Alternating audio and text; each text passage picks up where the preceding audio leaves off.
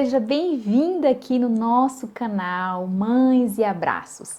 Esse é um trabalho que eu, Deise Ladentim, em parceria com Kaline Salim, estamos desenvolvendo para apoiar você que é mãe no seu desenvolvimento pessoal, no autocuidado e também na educação de filhos.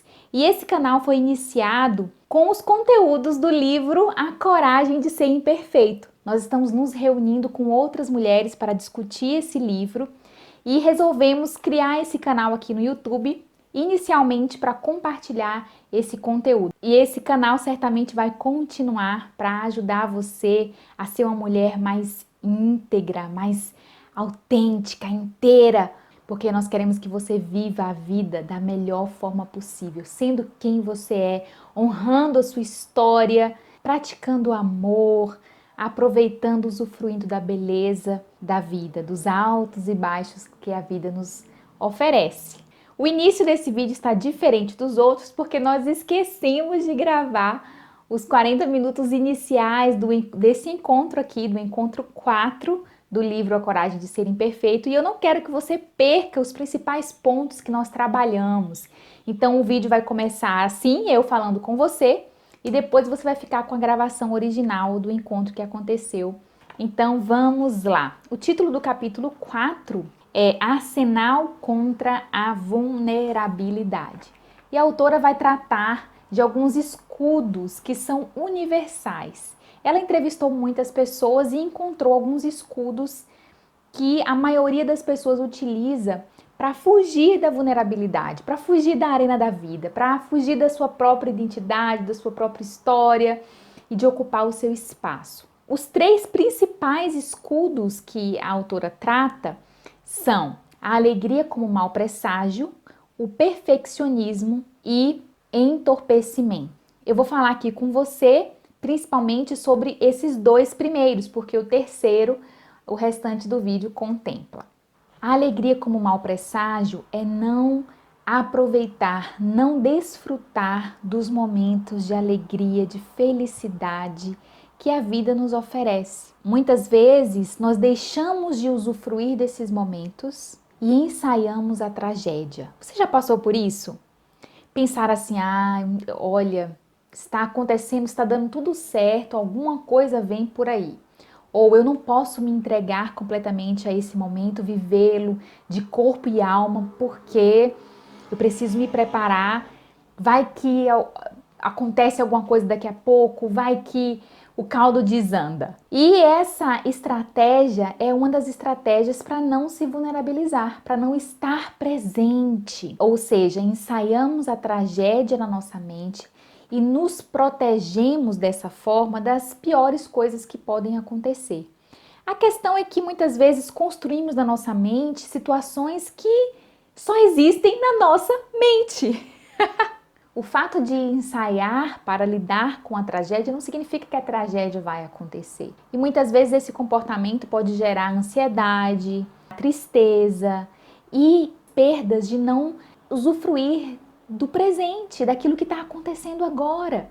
Uma das coisas que ela fala é que quando nós não usufruímos da vida e desses momentos de alegria, de felicidade, muitas vezes a nossa alma não é nutrida para os momentos de dor, para os momentos de sofrimento que acontecem a todos nós. Então é importante que você se atente. Você tem conseguido usufruir do presente? Tem conseguido valorizar os momentos comuns que a alegria te visita? E diante das pesquisas que ela fez, foram exatamente isso que as pessoas que passaram por traumas terríveis disseram.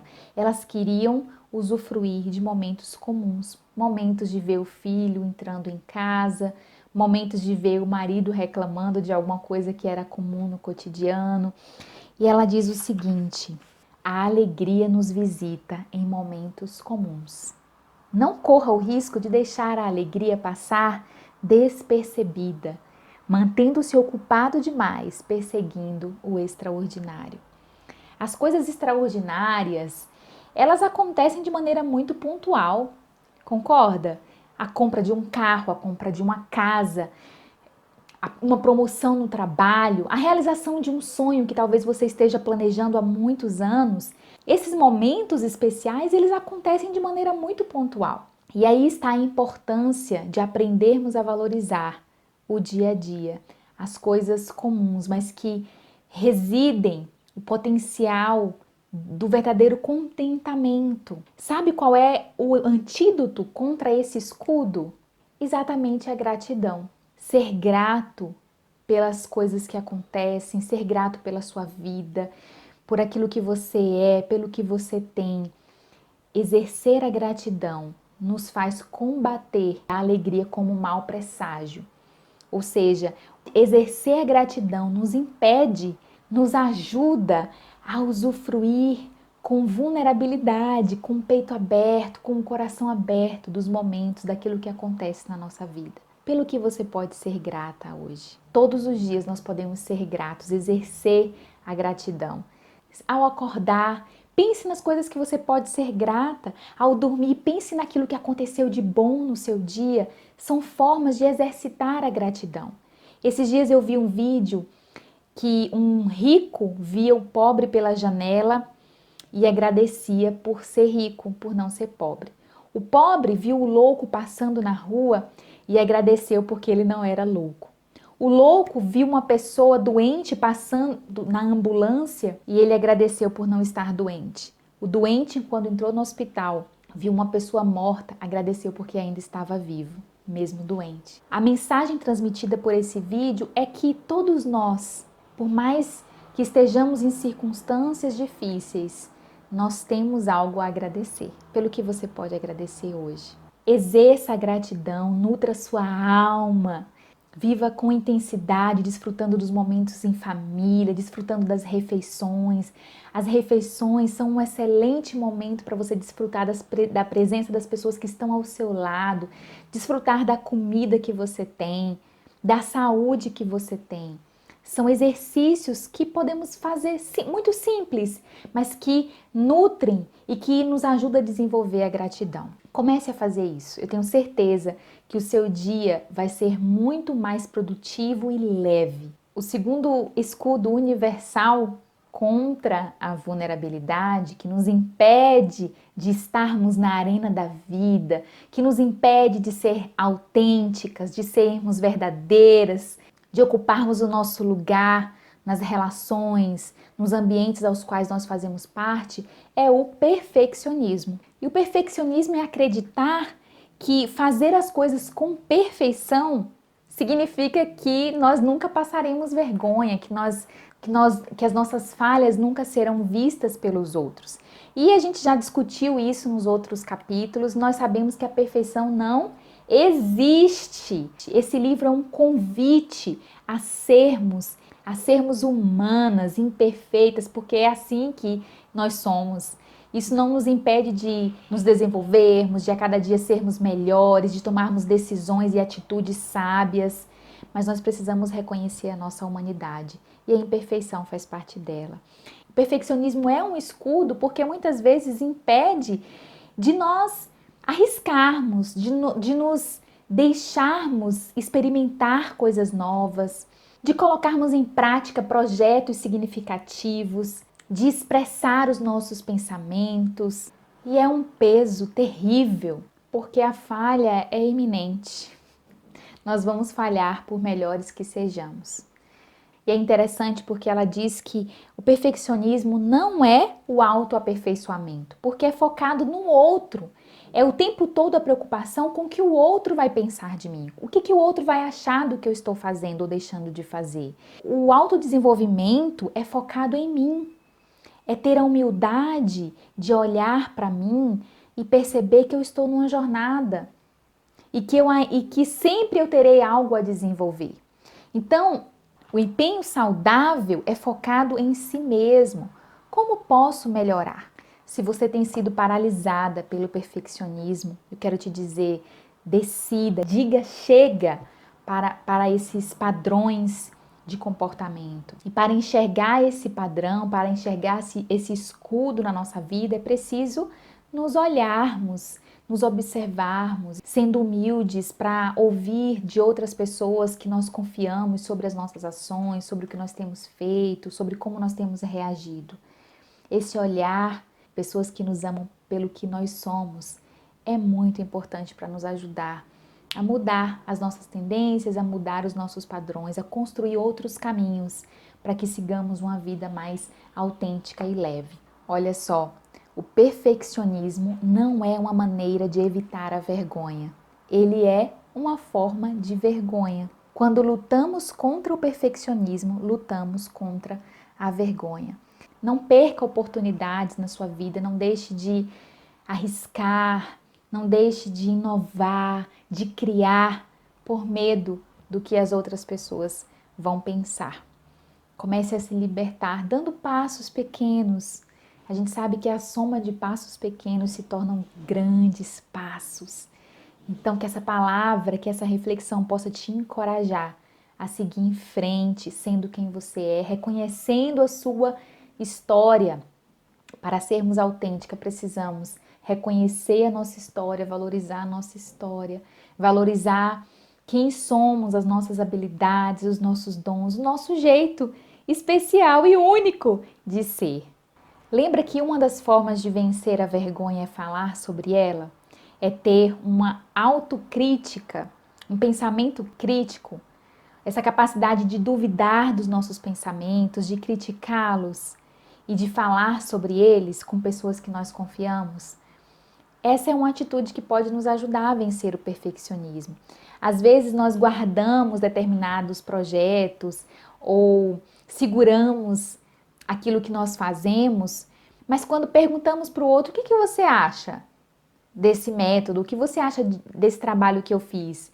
Muitas vezes você vai ter uma resposta positiva, um feedback muito positivo. Se você está fazendo bem feito, empenhado, porque você tem esse hábito de trabalhar da melhor forma possível, com excelência, usando os seus recursos, muito provavelmente você recebe feedbacks positivos do que você faz. Então experimenta, pergunta para pessoas de sua confiança sobre o seu trabalho, sobre aquilo que elas têm feito, que elas têm visto você fazer. Todas essas atitudes, essas táticas e estratégias para vencer a vergonha, para vencer esses escudos contra a vulnerabilidade que nós estamos falando, eles precisam ser exercitados constantemente, porque todos os dias nós somos tentadas a nos protegermos, todos os dias nós somos tentadas a nos calar, a dizer sim, querendo dizer não. Então, é preciso o exercício constante. À medida que nós vamos exercitando, esse caminho novo vai se alargando dentro de nós. Então, eu quero te encorajar a escolher pelo menos 3 atitudes que você considera que são possíveis para que você se desenvolva nesse momento, nesses temas que nós estamos falando. O antídoto contra o perfeccionismo é enxergar a beleza nas falhas, é exercitando o amor próprio, a aceitação, exercendo a autoempatia. Nós falamos no encontro anterior que muitas vezes nós dizemos coisas para nós mesmas que nós nunca teríamos coragem de dizer a outra pessoa. Como que tem sido as suas conversas com você mesma? Como que está a qualidade da sua conversa interior? Nós precisamos conversar conosco da mesma maneira com que conversamos com alguém que amamos. Com aceitação, com amor, com compaixão. Seja generosa com você mesma. Quando você falhar, ninguém gosta de falhar, ninguém gosta de errar. Mas quando a gente lembra que nós somos humanas e que os outros também erram, fazem parte da nossa experiência aqui, nós ganhamos energia para nos recuperarmos de maneira mais rápida do erro. Eu já ouvi vários empresários, empreendedores falarem, olha, se errou, não tem problema errar. Mas se errou, erra rápido, corrige rápido e segue em frente. Então esse é um segredo, esse é um aprendizado precioso. Nós vamos errar, por melhores que nós sejamos, mas vamos errar rápido e corrigir rápido. Praticando a autocompaixão, a generosidade com a gente mesma. E criando essa cultura nas nossas casas, nos nossos trabalhos, sendo generosos com os erros dos outros, com as falhas dos outros. Porque a gente sabe que quando nós somos muito exigentes com a gente mesmo, a tendência é que a gente também seja exigente, intolerante com as outras pessoas. Então, esse é um chamado à generosidade, à autocompaixão, ao reconhecimento da nossa humanidade. Não podemos ignorar nossa dor e sentir compaixão por ela ao mesmo tempo. Não tem como. Para que nós sejamos compassivas e generosas com a gente mesmo, nós precisamos reconhecer as nossas dores, reconhecer aquilo que nos incomoda, reconhecer quais têm sido os nossos escudos, quais têm sido os nossos comportamentos defensivos e entorpecentes. Para o outro aquilo que eu sinto. E eu quero fazer diferente com meu filho, eu quero fazer diferente com meu filho. Eu quero ensinar para o meu filho que ele pode falar dos sentimentos dele, das suas dores. E aí, quando ele cai, o meu marido fala: levanta, não foi nada não, levanta que não foi nada não. E eu falo assim: amor, foi sim. Ele machucou, ele bateu a cabeça, amor. E isso dói, né? Então a gente desconsidera aquilo que a gente sente porque a gente acha que não é importante, ou por causa dessa crença limitante da nossa geração, né? Que foi falado para a gente que a gente tem que reprimir as nossas emoções, os nossos sentimentos, que a gente tem que sufocar essas emoções, que elas não devem ser compartilhadas. Se a minha geração foi assim, eu fico imaginando a geração da minha mãe, a geração dos meus avós, que as crianças eram totalmente anuladas. A minha mãe, gente, eu nunca vi a minha mãe chorar, nunca. E ela fala que chorar é fraqueza. E eu cresci ouvindo isso, eu sou uma pessoa muito chorona, que o meu apelido é manteiga derretida. Lá na igreja, na minha adolescência, que eu ia para a igreja, uma igreja que foi muito importante, né, na minha vida, e aí eu chorava nas pregações, nos louvores, eu chorava ali na presença de Deus. E aí, quando eu chegava em casa, minha mãe perguntava assim, por que que eu estava chorando? Que aquilo não era normal, não, a pessoa ficar chorando tanto na igreja. E eu falava assim, mãe, eu tô chorando porque ali, junto com as minhas lágrimas, estão ficando as minhas dores, porque eu tô sendo tocada pela presença do Espírito Santo. Então, assim, a crença, né, de que chorar é uma fraqueza, é um erro. Então, a gente agora tem um dever com os nossos filhos de fazer diferente. Porque, gente, não tem nada mais doloroso do que sufocar as nossas emoções, principalmente aquelas emoções negativas. É como você falou, né, Deise? É um pus. É um pus que lateja. Não adianta. Se tiver inflamado e com pus, não adianta, gente. Você pode tomar anti-inflamatório, você pode fazer o que for, não adianta. Eu tive um problema desse no dedo. E aí eu tomei anti-inflamatório e nunca melhorava. E aí eu fui no médico, o médico falou: não adianta você tomar anti-inflamatório, não. Tem que tirar o pus. Se o pus não sair, você não vai ser curada. A infecção não será curada. E assim acontece com as nossas emoções. Não adianta sufocá-las. Se sufocar, elas latejam, elas doem, elas adoecem, elas não se curam.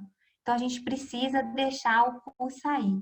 A gente precisa deixar aquela emoção negativa, aquilo que nos adoece, sair para fora. Um outro escudo que ela coloca, que normalmente a gente usa, né, para se proteger contra a vulnerabilidade, contra as nossas emoções, é o entorpecimento. Esse a gente conhece muito bem, porque a gente está na era da ocupação, da tarefa, do online o tempo todo. Se você é tão terrível, né, observar isso, e ao mesmo tempo é um encorajamento para que a gente esteja ainda mais atento e para cuidar da nossa mente, do nosso coração. Porque as pessoas estão tão viciadas e tão acostumadas a receberem mensagens e respostas instantâneas que se você demora 5, 10 minutos, você pode ser julgado de estar desatento. Isso já aconteceu comigo, por isso que eu estou falando aqui. Que nós usamos a agenda muitas vezes como um status, uma lista enorme de tarefas, de afazeres, de responsabilidade, mas que na verdade a gente usa como uma forma de fugir da gente mesmo. Fugir das dores que a gente quer, fugir de alguns pensamentos que a gente precisa processar e digerir. Teve uma vez que eu estava atendendo uma pessoa e eu perguntei para ela sobre a realidade financeira, o contexto financeiro, a maneira como ela gerenciava as finanças. E ela falou assim, olha, eu não quero nem pensar nisso. Só que ela falou sério mesmo, não foi assim, tipo, uma ironia, uma brincadeira. Eu tenho até medo de pensar e controlar as minhas contas, porque elas estão tão desorganizadas. Eu tenho tanta pendência financeira que eu tenho até medo de ver. E a mesma coisa é, muitas vezes, com as nossas emoções, com os nossos relacionamentos, com traumas que a gente viveu e a gente não digeriu, não gerenciou, não se tratou, não se cuidou.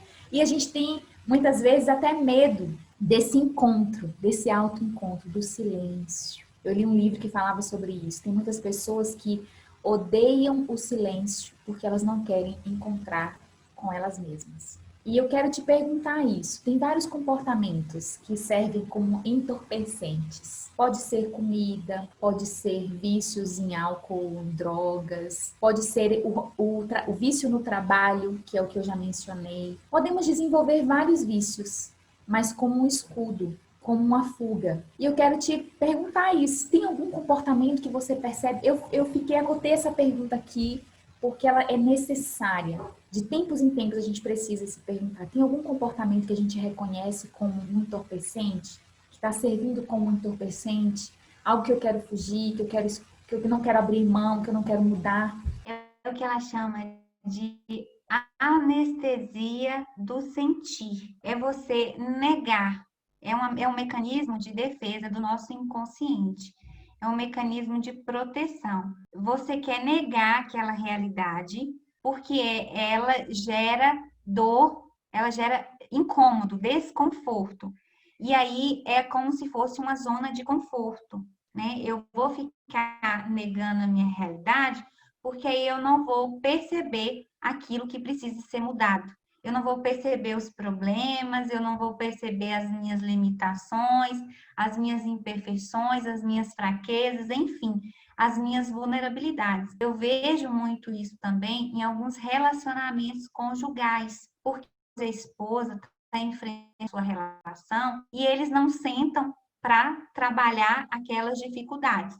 Na verdade, eles nem sequer se permitem reconhecê-las. Eles fingem que nada está acontecendo. Aí briga e amanhã finge que não foi nada, e a vida que segue, a rotina diária, que é muito agitada, muita correria, principalmente para quem tem filhos. E aí a vida vai passando, e aí você não se permite perceber onde está aquele problema e como resolvê-lo. E aquele problema afeta a relação, afeta áreas da sua vida e você passa uma vida inteira na mediocridade. Por que eu falo na mediocridade? No mediano, no qualquer coisa tá bom, qualquer coisa tá suficiente. Você não experimenta alegrias de verdade, você não experimenta conhecer o seu propósito e sentido de vida, você não experimenta aquele relacionamento genuíno de intimidade, aquele relacionamento profundo com seu esposo, porque você se contenta com a superficialidade. Quando nós escondemos essas dificuldades, isso é se contentar com a superficialidade. Você vê aqueles relacionamentos fracassados, que muitas vezes causam distanciamento a ponto de gerar até um divórcio. Por quê? Porque não sentou, porque não conversou. Eu com meu esposo, antes de ter filhos, né? Hoje a gente não faz mais antes de ter filho. Mas quando eu não tinha filho, eu ficava até 3, 4 horas da manhã com ele conversando, só conversando, conversando sobre a vida, né? Hoje a gente não faz essa maratona aí até 3, 4 horas da madrugada, não. A gente conversa, tem os nossos momentos de conversar, mas geralmente é no banho, geralmente é trocando de roupa, é ali nas atividades diárias da vida mesmo, né? Mas é muito importante a gente reconhecer essas dificuldades, porque aí nós vamos experimentar profundidade, né, em nossos relacionamentos. Eu vou até compartilhar com vocês, porque é bem legal, assim, que lá no meu trabalho, eu sempre tive uma preocupação de falar o que eu pensava e o que eu sentia. Porque eu ficava pensando assim, o que será que a minha chefe vai pensar se eu disser isso? Ou se eu me comportar de tal jeito? Talvez ela vai achar que eu sou preguiçosa. Então, eu não colocava limites, eu não falava muitas vezes não, porque eu tinha medo do que ela poderia pensar, ou até mesmo das consequências disso. Mas a minha chefe é uma pessoa muito humana e muito democrática. E aí, nessa pandemia, lendo o livro, eu comecei a trabalhar essa questão da autenticidade, né, de ser quem realmente eu sou, de falar o que realmente eu penso, o que realmente eu sinto, sempre, é claro, respeitando o limite do outro, né? E aí, nas reuniões virtuais, ela me perguntou algo que eu achava, e aí, na reunião com toda a equipe, enquanto ela me perguntava, eu ficava assim pensando, eu uso a máscara e falo o que ela quer ouvir, ou eu tiro a máscara e falo o que eu realmente estou pensando e sentindo. E aí, quando ela terminou a frase, eu falei assim: vai ser autêntica, se lança, menina, na verdade, se lança na arena da vida, seja quem realmente você é, sem medo, sem vergonha de julgamento e críticas, sem medo da aceitação dos outros. Você vai ser admirada por quem você realmente é. Você vai ser aceita e amada por quem você é. Não por aquilo que você acha que os outros esperam ou desejam de você. E aí eu fui e falei o que eu pensava. E eu me senti, gente, original. E eu me senti liberta. Nossa, foi muito gostoso. E agora eu estou fazendo isso em tudo na minha vida. E eu percebi no grupo lá do trabalho, eu percebi que o meu relacionamento com a minha chefe e com a equipe de trabalho está se tornando um relacionamento mais profundo, um relacionamento mais genuíno. E que o nosso relacionamento está sendo construído não na areia. A nossa relação não é uma casa construída na areia em que vem o vento e destrói. Não, mas que está sendo um relacionamento consolidado na rocha, em que pode vir as dificuldades, que esse relacionamento não será abalado, porque está sendo construído na verdade, na autenticidade, na genuinidade. E é só importante dizer, registrar, Kaline, né, que você foi autêntica, foi verdadeira, mas você teve sabedoria. É importante a gente falar sobre isso, porque tem pessoas que acham que ser autêntico é falar o que der na telha em qualquer momento do dia, de qualquer forma. E a gente sabe que não é assim. É preciso falar sim, ser vulnerável, falar do que está pensando. É importante. A gente está defendendo essa bandeira para a gente ser quem a gente é, para a gente viver de verdade. Mas quando se trata, né, dessa questão de do falar, é importante que a gente tenha sabedoria. Como que eu vou ser autêntica? Qual vai ser a melhor forma para eu expressar a minha opinião? Esse é o momento correto? É um assunto complexo? Todas as pessoas que estão aqui precisam ouvir o que eu quero falar? Quais são as minhas motivações? Né? O que está por trás da minha motivação no falar ou no resolver? Então é importante só mencionar isso para a gente lidar com esse mito. Ser autêntico é falar, que tem gente que acredita isso, porque eu já ouvi. Por isso que eu quis falar isso para vocês. E aí, gente, nós falamos de 3 escudos. Alegria como mau presságio, né? Que é não viver essa alegria, não se permitir estar alegre por medo do que pode acontecer, ou como preparação para o ruim que vai vir, que a gente nem sabe quando é, o que vai ser, enfim. Perfeccionismo e o entorpecimento. E tem 3 outras esses 3 escudos foram o que ela mais encontrou nas pesquisas dela. São 3 formas, né, várias manifestações que impedem as pessoas de serem quem elas são, de expressarem o que elas sentem. E tem outras coisas que ela comentou, que ela trouxe no capítulo, que é o comportamento de viking ou vítima, ou seja, ou eu ataco, ou eu acho que eu tenho que me proteger o tempo todo porque eu não sou capaz, porque vão me machucar. A superexposição, né? Não dá para mim, gente, não dá para falar tudo do capítulo porque é muita coisa. Realmente é muita coisa, né, Kaline? Não tem como. Mas eu queria só citar para trazer a curiosidade para vocês e para registrar aqui, que pode ser um comportamento que você perceba também que tem. E o zigue-zaguear, que ela fala que são aquelas pessoas que o tempo todo tem algo a resolver, mas fica fugindo, dando voltas, vai lá, vem cá. Você conhece alguém que nunca para em um lugar, que não para em um trabalho, que não termina um projeto? Parece que elas estão sempre em busca de algo que ninguém sabe o que é, nem elas mesmas. Pode ser um sinal, né, de fuga, de outro entorpecimento, né? Vou sempre começar coisas, nunca vou terminar, ou nunca vou parar num determinado lugar, nunca vou me deter num relacionamento, mas porque ela tá fugindo dela mesma, talvez, né? Talvez seja reflexo de um medo de viver, de viver profundamente. Então, só queria registrar aí mais esses 3 escudos. Zigue-zaguear. Eu vou dar um recado para vocês.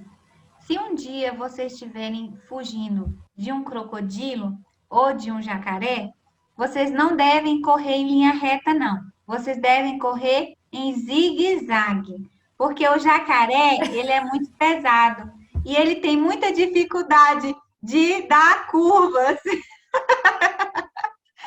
E quando você for fazer alguma coisa na sua vida, para de zigue-zaguear. Tenha foco. Foque as suas atenções naquilo que você está realizando. Quando a gente não se conhece, quando a gente não olha para dentro da gente, qualquer coisa serve. Quando a gente não sabe o nosso tamanho de roupa, qualquer coisa serve, qualquer roupa serve.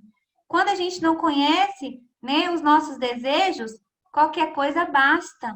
Nós somos preciosas, nós somos especiais e importantes, nós temos o nosso valor. E antes de ficar esperando, né, reconhecer esse valor a partir da aprovação e da aceitação dos outros, você tem que saber do seu próprio valor. Você tem que saber daquilo que você gosta, você tem que saber daquilo que você quer para a sua vida e focar nisso, porque senão qualquer coisa vai bastar. Qualquer coisa será suficiente para você. Tem uma metáfora que eu gosto muito, que um rapaz, ele chegou para um mestre sábio e perguntou assim: mestre sábio, qual que era o meu valor? E aí o mestre sábio respondeu: olha, antes de te responder, eu vou te dar esse colar e eu peço que você venda. E assim que você vender esse colar, você retorna que eu te respondo. Mas você não pode vender esse colar por menos de 3 moedas de ouro. E ele foi. Ele ofereceu para um, ele falou: te dou 3 moedas de bronze. Aí ele: não posso vender por 3 moedas de bronze. Ofereceu para outra pessoa e a outra pessoa disse que daria 3 moedas de prata. E ele falou: não, eu não posso vender esse colar por 3 moedas de prata. Porque, na verdade, o mestre disse que eu deveria vender por 3 moedas de ouro, o mínimo. E ele voltou triste para o mestre e falou assim: mestre, se eu fosse você, eu diminuiria o valor, porque ninguém vai dar 3 moedas de ouro para esse colar. Aí o mestre falou assim: rapaz, antes de vender, vá no joalheiro da cidade e pergunte a ele quanto vale esse colar. E ele foi. Chegou no joalheiro, o joalheiro analisou e disse assim: caro rapaz, esse colar tem uma pedra muito preciosa, muito valiosa e também muito rara. Já não se acha mais pedras preciosas como essa. Esse valor, esse colar tem um valor inestimável. Não venda por pouco, porque ele vale muito. E o rapaz voltou para o mestre sábio. E o mestre sábio disse para ele: você está vendo? Nunca pergunte para o outro qual que é o seu valor, porque antes de ouvir o que o outro diz a seu respeito, você deve ter consciência do seu próprio valor. E isso acontece muito com a gente. Tudo que a gente faz na vida, desde criança, é esperando a aprovação dos outros, é esperando um elogio da nossa mãe, um olhar do nosso pai, um aplauso da nossa chefe, um aplauso dos nossos amigos, das pessoas ao nosso redor. A gente sempre está realizando as coisas, esperando esse reconhecimento pelos outros, sabe? Dos outros, essa aprovação e os aplausos dos outros. Mas não, a gente tem que sim, né? Aguardar isso, é muito legal a gente aguardar o reconhecimento, porque é muito bom a gente receber aplausos, é maravilhoso. Mas a gente não pode depender desses aplausos para realizar, para ser ou para determinar o nosso valor. Nós temos que reconhecer isso, é autoaceitação, é autovalorização, para depois a gente esperar do outro. E para a gente concluir, eu queria só fazer mais uma pergunta para a gente e para vocês que estão aqui. Tem alguma coisa que você precisa dizer chega?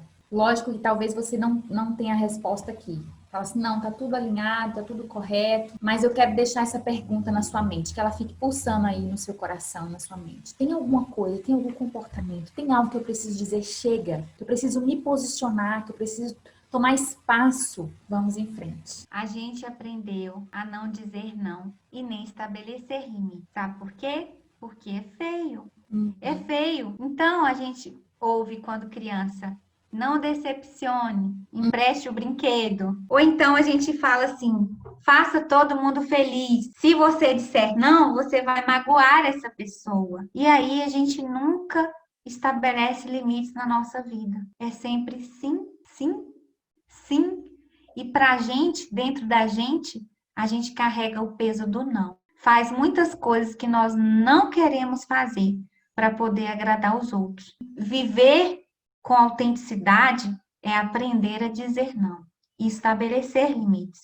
É dizer assim, olha, até aqui você pode ir, daqui para cá não dá não.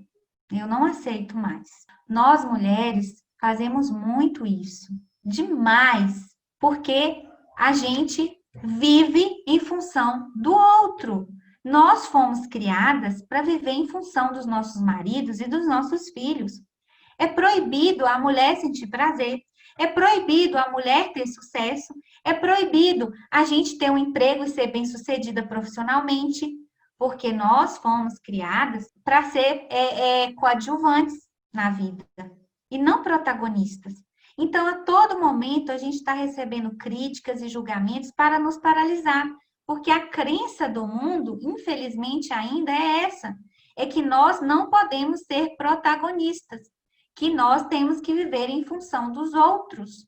Mas eu posso ser uma boa esposa, eu posso ser uma mãe maravilhosa e atenta aos meus filhos, e eu posso também realizar sonhos, eu posso também ter conquistas na vida, realizar desejos, sentir prazer na vida. Eu também posso. E a gente tem que se permitir também dizer não quando a gente não está afim, quando a gente percebe que aquilo vai fazer mal. Quantas mulheres estão em relacionamentos abusivos por causa disso, né? Por permitir que o outro abuse e ela acha que isso é natural, porque ela não foi feita para ser feliz. Porque ela está apanhando, o marido maltrata, ou está em outros tipos de relacionamentos, muitas vezes entre amigas, muitas vezes relacionamentos no âmbito profissional ou acadêmico. Por quê? Porque dentro dela ainda existe essa crença limitante de que ela deve sofrer, que ela não pode ser feliz, que ela deve ser maltratada pelos outros, que isso é normal, entende? Não é normal. Nós fomos feitas para sermos originais, para sermos felizes, mulheres plenas e genuínas. Então a gente tem que, eu ainda não desenvolvi isso, eu estou no caminho, mas eu espero aprender a estabelecer limites e a dizer não. Isso mesmo, é um exercício, a gente vai ficando mais forte à medida que a gente pratica, né? À medida que a gente vai exercitando e repetindo e usando esses recursos, a gente vai ficando mais forte. E Deus abençoe vocês. Que bom ter vocês aqui.